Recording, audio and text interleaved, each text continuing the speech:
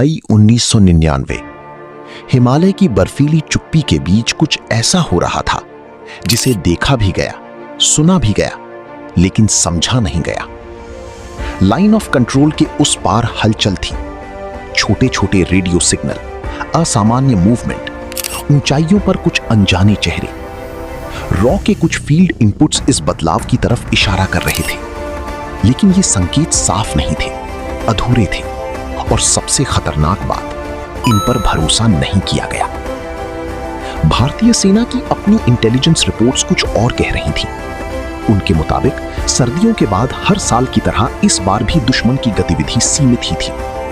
तो सवाल उठता है, अगर संकेत थे तो उन्हें गंभीरता से क्यों नहीं लिया गया?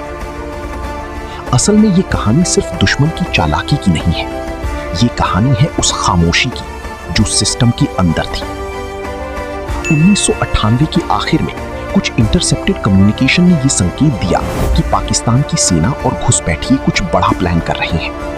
रॉ ने इन इनपुट्स को इकट्ठा किया, विश्लेषण किया, लेकिन ये जानकारी फ्रैगमेंटेड थी, पूरी तस्वीर नहीं बन पा रही थी। दूसरी तरफ इंडियन आर्मी की फील्ड यूनिट्स ने एलओसी के पास कुछ अनयूजुअल फुटप्रिंट्स देखे। कुछ पोस्ट से रिपोर्ट आई कि ऊंचाई वाले इलाकों में मूवमेंट बढ़ रहा है, लेकिन इन रिपोर्ट्स को रूटीन इन्फिल्ट्रेशन मान लिया गया। यहीं से शुरू होता है वो मिसमैच, दो अलग अलग एजेंसियों के बीच, दो अलग अलग इंटरप्रिटेशंस के बीच। रॉ के एनालिस्ट्स को लग रहा था कि कुछ बड़ा होने वाला है, लेकिन उनके पास कॉन्क्रीट प्रूफ नहीं था। इंडियन आर्मी को लग रहा था कि ये सामान्य गतिविधि है, और उनके पास अपने अनुभव का कॉन्फिडेंस था। लेकिन युद्ध में सबसे खतरनाक चीज होती है ओवर कॉन्फिडेंस। एलओसी के पास जो पहाड़ हैं वो सिर्फ बर्फ और पत्थर नहीं है, वो एक नेचुरल शील्ड है, और उन्हीं पहाड़ों के पीछे कुछ धीरे धीरे बदल रहा था। पाकिस्तानी सैनिक घुसपैठियों के रूप में धीरे धीरे भारतीय क्षेत्र की ऊंचाइयों पर कब्जा कर रहे थे। उन्होंने बंकर बनाए, सप्लाई लाइन तैयार की, और सबसे चौंकाने वाली बात, ये सब महीनों तक चलता रहा। तो सवाल ये है, इतनी बड़ी स्तर की घुसपैठ कैसे अननोटिस्ड रह गई? क्या सिस्टम में कहीं कम्युनिकेशन गैप था, या फिर वार्निंग्स को सही तरीके से इंटरप्रेट नहीं किया गया? रॉ और आर्मी के बीच कोऑर्डिनेशन एक सेंसिटिव मामला होता है।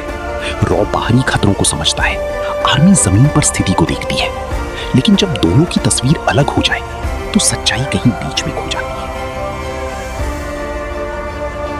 अप्रैल 1999 एलओसी के कई सेक्टर में स्नो मेल्ट शुरू हुआ। यह वही समय होता है जब आमतौर पर इन्फिल्ट्रेशन बढ़ती है, इसलिए हर मूवमेंट को सीजनल पैटर्न मान लिया गया। लेकिन इस बार पैटर्न अलग था।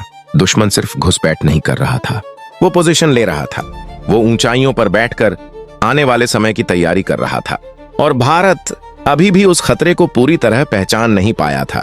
यह सिर्फ एक टैक्टिकल गलती नहीं थी, यह एक सिस्टमिक गैप था, जहां अलग अलग एजेंसियों के बीच ट्रस्ट, टाइमिंग और इंटरप्रिटेशन में फर्क था। हर वार्निंग, हर रिपोर्ट एक पजल का टुकड़ा थी, लेकिन जब तक ये टुकड़े जुड़ते शायद बहुत देर हो चुकी थी, क्योंकि युद्ध हमेशा गोलियों से नहीं शुरू होता।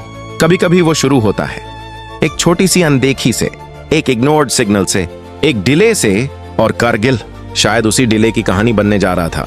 आज भी यह सवाल गूंजता है, अगर उन शुरुआती संकेतों को सही समय पर जोड़ा जाता, अगर रॉ और आर्मी के इनपुट्स एक दिशा में होते, तो क्या तस्वीर अलग होती? या फिर क्या यह सब कुछ पहले से ही तय था? हिमालय की उन ऊंचाइयों पर जहां हवा भी धीरे चलती है, वहीं कहीं छिपा है वो सच जो आज भी पूरी तरह सामने नहीं आया। और शायद यही इस कहानी का सबसे बड़ा रहस्य है।